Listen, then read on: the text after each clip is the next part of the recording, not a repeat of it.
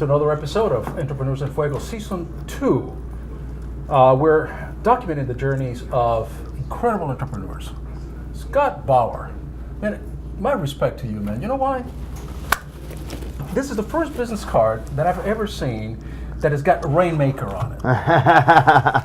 You know, that's what it is. I actually got that nickname from a previous partner of mine, which we'll go into, but basically he said, you know what, you're the Rainmaker. I said, you know what, you're right. For me, I tell you right now, for me personally, you could be the best at anything. You can have the best the best education, best attorney in the world, the best, everything best. But if you don't have the gift of rainmaking, or if you don't know who can make it rain for your business, which translates into marketing, then you are just the best and your family knows about you and that's it, and your closest friends. Yeah. But you're the Rainmaker. I'm the Rainmaker. When did you find out that you were a Rainmaker? You know what? Kind of my whole life. You know, to not to be big-headed about it, but it's like, you can. You know, this show is about big-headed people. I've always been a type of person that likes to excel at anything that I do. Yep. Have always been that way, and you know, so in my eyes, that's what being a Rainmaker is. It's excelling at what you're trying to do. Yep. Period. How do you make it rain? And in what, you're in the real estate industry, wholesale property. By the way, I know a great loan officer. I think you would. I'm going to give you his card. Don't let him go, Taylor. Before you guys got a match right here. Anyway, so you're a wholesaler. Yes. In the real estate. What does that mean? Explain to us a little bit of what you do, and then we'll go into the rainmaking. Okay, so very very similar to, you know, if you're a grocery store. Let's say, you know, you're a restaurant and you buy ingredients from on a wholesale price from a supplier. I'm basically that supplier, but for real estate properties. So I do a lot of direct mail marketing directly to sellers, and we're getting those people out of situations that they might be in. So that's kind of where the benefit, it's always a win-win situation for everybody. So somebody that owns real estate that might be in a tight situation or in a precarious situation, maybe a divorce, a foreclosure, something where they want to get out of their situation, they don't know what to do. Yep. The Rainmaker comes in calling. That's exactly right. And you offer them solutions. They get a letter in the mail from us, and they basically give us a call. We come out, take a look at the property, figure out what their situation is, and then give them options on what it is that, you know, is best for them to do. Okay. Once I have a property, once I buy the property from that individual, then I turn around and I resell it to another investor who's going to come in and do the work to fix it up, or maybe they want to put a tenant in there and have a tenant, and that's what we do. How did you get into this business? I mean, you certainly have the charisma and the talent to be in just about any business. How or why real estate? So there's definitely a long story that goes behind it, and I'm happy to share it. Please. With you. So I am from the state of Iowa. Okay, moved out here in January of 2012. Graduated from the University of Iowa in December of 2011. Came out of here on a whim. I didn't really know anybody. Matter of fact, the one guy that I did know that lived out here moved 2 weeks after I arrived. So I literally didn't really know anybody. And I just know that I needed to get out of Iowa. I wanted to change my life. I wanted to do something big, so I decided to come out here. When I first came out here, well, I guess let me back up a little bit from that. So while I was just a junior in high school, let's actually back up from there. I raced, because you have to kind of know the whole story. Yeah, sure. I raced and rode motorcycles from a very young age. Cool. And it's something that I love to do. I'm still very passionate about it today. Motocross or? Motocross, okay, correct. Right. However, when I was 16 years old, I put myself into a coma. I had a bad accident on an off weekend. I was messing around with my friends and put myself into a coma. I was in a coma for 10 days. I spent 32 days in the hospital. I had a brain injury. And about 3.5 weeks after that, plus a whole summer's worth of recovery to get back to normal.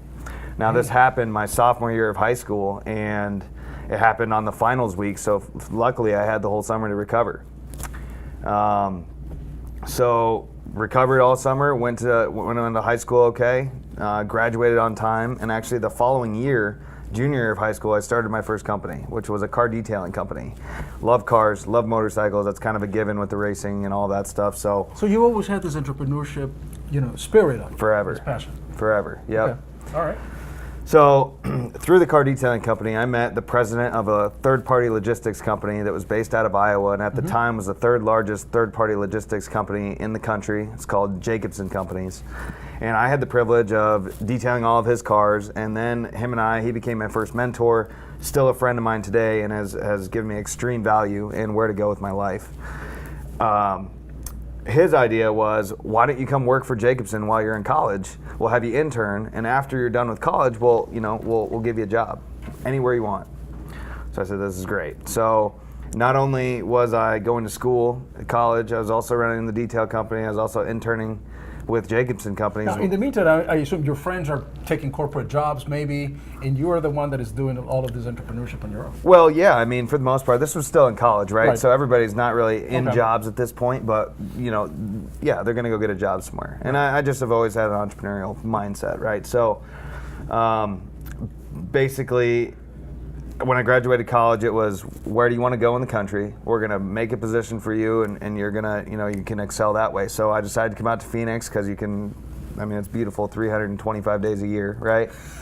So not this weekend, it's going to be 116. It's going to be a little hot, yeah, that's right. That's exactly right. But overall, you look across the country, it's great. So decided to come out here and was in charge of their staffing development division of the logistics company in Phoenix I was there for about a year and a half. And crushed that industry. We grew the company, the staffing division of the company in Phoenix 300%. I did for the company in a very short time, about a year and a half. You were in charge of rainmaking, and that is exactly what rainmaking is. I mean, you're growing something from 0 to 300%. You're rainmaking. You're bringing in the business. Bringing in the business. That's exactly right. Okay. So when I got to that point, about a year in, I was working a lot. I was constantly talking to people. I mean, literally, I had people I had to talk to at 4:30 in the morning.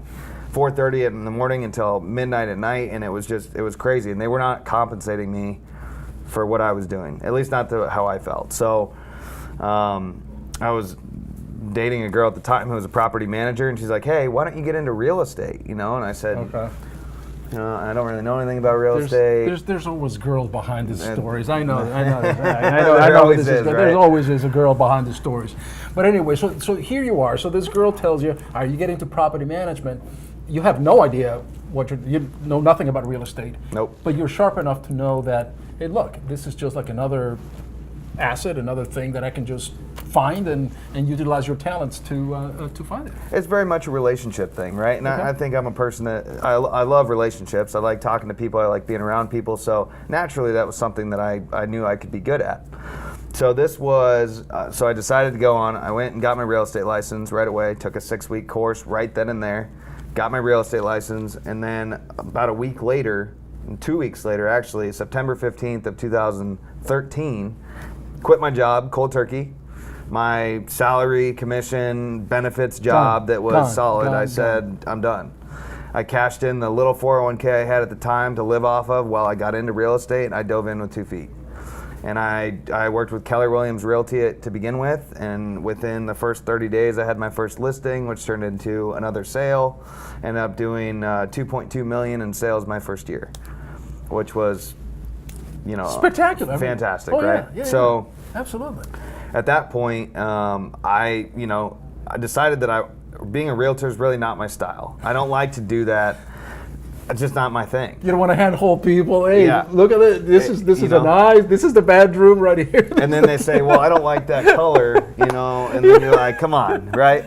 So you want to be behind the retail going into the wholesale, which is where you are right now. Correct. So then I joined ASREA, the Arizona Real Estate Investors Association, and I found out that I don't have to be a realtor. I have all these other options I can do, right? So I had a guy come and talk to that organization that was in multifamily or apartment investing, and I was like, wow, that's what I need to do. Sounded fantastic. So I invested $11,000.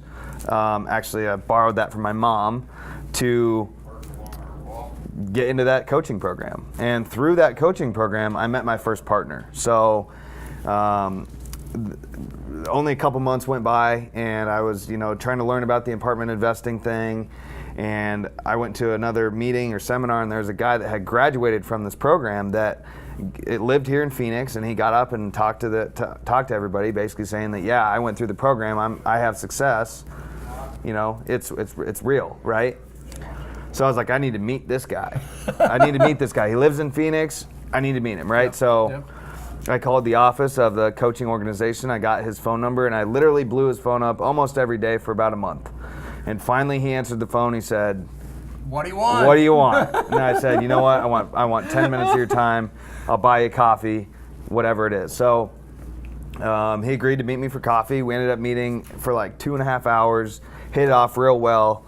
We just, you know, and he's still somebody who I respect today with the utmost respect. And he basically showed me that, or told me that he had another idea, not apartment investing, but he wanted to do this with single family homes, because with apartment investing, you're not going to do one every week. You're not going to do one, There's just so many. You're only going to do a couple a year, right? So it's a much slower process, yet at the same time, you know. So now you're here and you have a very successful business. Where do you see yourself going? What is your Okay, so this goal? is where it kind of twists a little bit. So right now, my struggle that I have right now is growing, is getting larger. I'm a one-man show. I do have a successful business, but it's me doing everything. So if I'm not there, nothing gets done. Right. Okay, so for me, it's growth. It's getting, how do I stop being the one? How do I fire myself as often as possible, and still be able to move forward and grow? Now, go ahead. Go ahead. Finish. There's another side that I want to actually get back into, the apartment investment side. That's something that still really interests me today.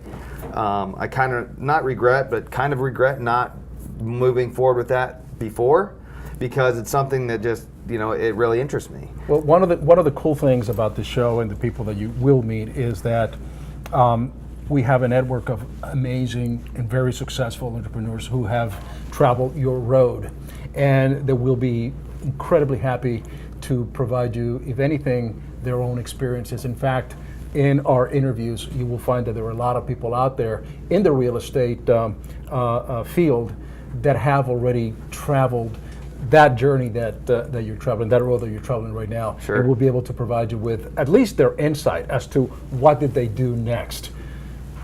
And just like a telenovela, like a Mexican telenovela over here, because of time constraints, I'm going to have to bring you back again so that we can get the part 2 of Scott, because you know it is a journey, and it is a continuous journey, and it doesn't stop. Yeah. And it sounds to me like, man, the next thing, so long as you don't become like a Donald Trump kind of thing, you know what I mean. You'll come back and tell us how you're doing. And with that, we're out.